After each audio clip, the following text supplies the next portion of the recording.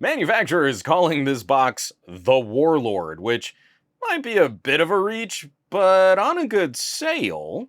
Hey there, this episode of Some Gadget Guy is brought to you by you. Yes, viewers like you. All of the amazing people sharing content across social media. The sharing is super important these days. And the generosity of my patrons at patreon.com/SomeGadgetGuy. More info on those awesome nerds later in the video. The folks at AceMagic sent this my way to test drive and share some thoughts. This is the W1. I actually wrote eye roll in my script on the word Warlord, but it could be one of the more cost-effective ways to get a punchy, powerful mini PC if you want to do some tinkering. I'll roll out specs somewhere on the screen, but built by AceMagic, we're sporting 32 gigs of RAM, a 1TB SSD, and an AMD 8745HS. That chip has an overkill powerful CPU for daily compute tasks. And the GPU on board is roughly as powerful as an old GTX 1060 graphics card. It's not the top of the line chip from AMD of this generation, but it does come correct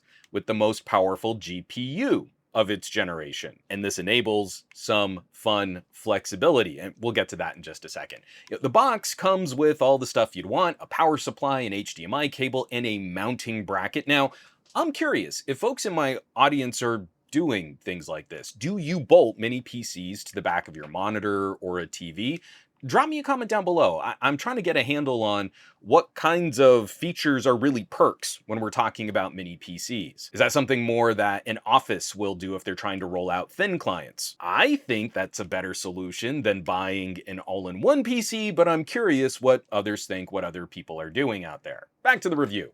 While the machine is sporting some decent specs at a low price, one of the areas AceMagic is saving some cash on is the build. It is a flexi plastic shell, and I really do not like having to rip off adhesive feet to get inside the box. If you think you might need to crack it open more than once, I'd recommend sticking the feet to the bottom of the case and just leaving the screws exposed, which, I mean, it's also going to give you a fraction of an inch more clearance for the fan on the bottom of this case. The screw wells are really deep, and the first time I opened it up, the screws were comically over-tightened. But then you pop this open and there is no actual frame. The structure for this is the plastic outer shell. 4 screws and the whole board just plops right out. You have to be really careful with that, as the barrel connector for the power is on the bottom part of the frame, and the Wi-Fi antennas are just stickers on the top part of the frame. And if you pull too hard in either direction, you can rip one of those cables out. Past that concern though, it's an easy machine to work on. I was happy to see thermal pads and stickers on I/O ports. Nice to see 2 sticks of crucial RAM, a nice high quality component there. The 1TB SSD performs really well. There's a second internal M.2 slot for further expansion. And for how unimpressive the Wi-Fi antennas are, the CD-Tech wireless card is very well protected. The little connectors are held in place with a plastic bracket instead of just being taped down. A surprisingly nice attention to detail on a box that otherwise feels kind of inexpensive. And even for being inexpensively built, it's still one of my favorite things about mini PCs. Unlike a Mac Mini, we can get inside and add more RAM or swap an SSD. Also, the collection of ports is a little interesting. There's plenty of I/O. The rear has 4 USB 3 ports, full-sized HDMI and DisplayPort. It's a really easy machine to get multi-display up and working. On the whole box, there's only one USB-C on the front.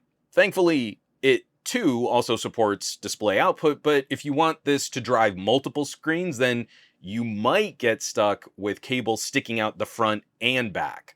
Now for this outer shell, not impressing as much. I was happy with the fan noise. Running benchmarks and playing games, it's audible, but honestly, I had a hard time trying to grab a good sample of the noise that represents it well, because it's summer and it's hot, and I'm shooting this in my office, which faces west, and my air conditioner is louder than this box. I could do that thing where I put a mic right up against the fan, but that's not really what it sounds like when it's in your room. The fan is a little higher pitched than my air conditioner, but I guess it could still be annoying if you have the machine right in front of you while you're working on it, but literally moving it to the back of a desk or behind a monitor should rein in the worst of what you might hear, which is fun because the performance is pretty good. Now I've got Geekbench scores and I've run some tests, but this chip is a little over a year old, and other flavors of the AMD lineup like the 88 and 8900 models have been featured in tons of other reviews. It's not difficult putting this performance into perspective. This is a machine beyond web browsing and opening a few documents from time to time. It should be plenty capable for doing video editing and with respectable render times for finishing shorter 4K video projects. And we call something a Warlord. There might be an expectation there. I'm not sure I emotionally feel this.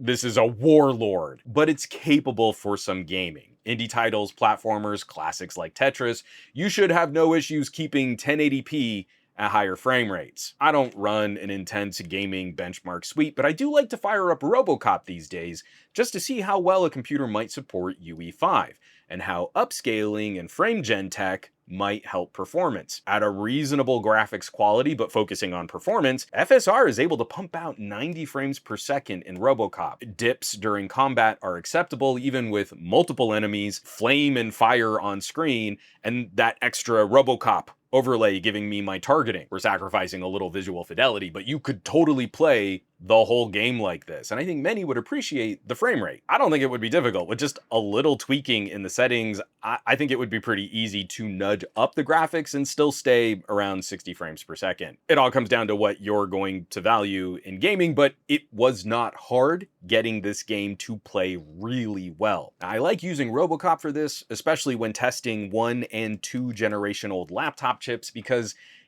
RoboCop is really particular about UE support. This is a good example. So we can save a lot of money by going with an older chip, but some older chips lack support for newer games. Case in point, 13th gen Intel cannot play RoboCop. So you can get a monster powerful CPU, a Core i9, but the GPU will not only be less capable, it just won't launch games that need all the UE5 bells and whistles. A generation older AMD is gonna get that game working just fine. And that brings us to price, and that's always tricky. Honestly, the MSRP isn't terrible on this machine, but I would still highly recommend shopping sales. At the time I shot this, AceMagic was selling this machine for $320. That puts this in a conversation where it could be really fun to tinker with. I've been messing around lately with SteamOS, and here's an AMD chip that should outperform a Steam Deck pretty handily, and we're gonna just about match the performance of a handheld gaming PC with a Ryzen Z2. That's solid gaming performance. You can make a good living room experience out of that. So, I'm still gonna be a little snarky.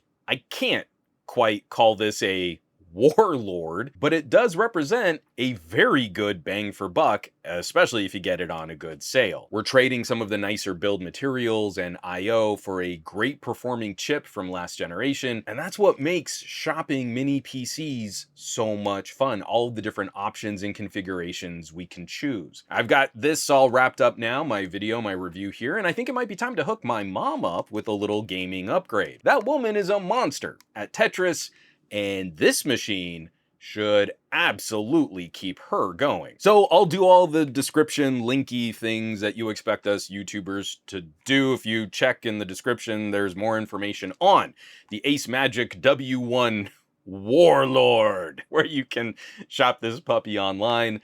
As always, thanks so much for watching, sharing, subscribing to the channel. The sharing is really the important part these days, what with all the algorithms. I have so much fun digging into gear like this, and the folks who get to see the results of my testing and reviewing and benchmarking first are, of course, my incredible patrons. All of the folks over on patreon.com/SomeGadgetGuy. This list of names, scrolling by on your screen right now, these are the folks that are helping to keep the lights on here in the Gadget Lab. They get first looks at a lot of my videos, they get my exclusive camera deep dives, and it's in the conversations that we have in the comments on the Patreon and then on the private Discord that really help guide where my content goes, what I do in my reviews and in my testing. They're basically the coolest tech pals in the universe, so I hope you'll check them out. I hope you'll consider joining the community at patreon.com/SomeGadgetGuy. Now, you know where you can find me around the rest of the internet, at SomeGadgetGuy, basically everywhere, but these days, trying to spend a bit more time on the Mastodons, a little on the Blueskis, and a lot less so on the Facebooks and Threads and the Instagrams, none at all on that dumpster fire site, and I will catch you all on the next review.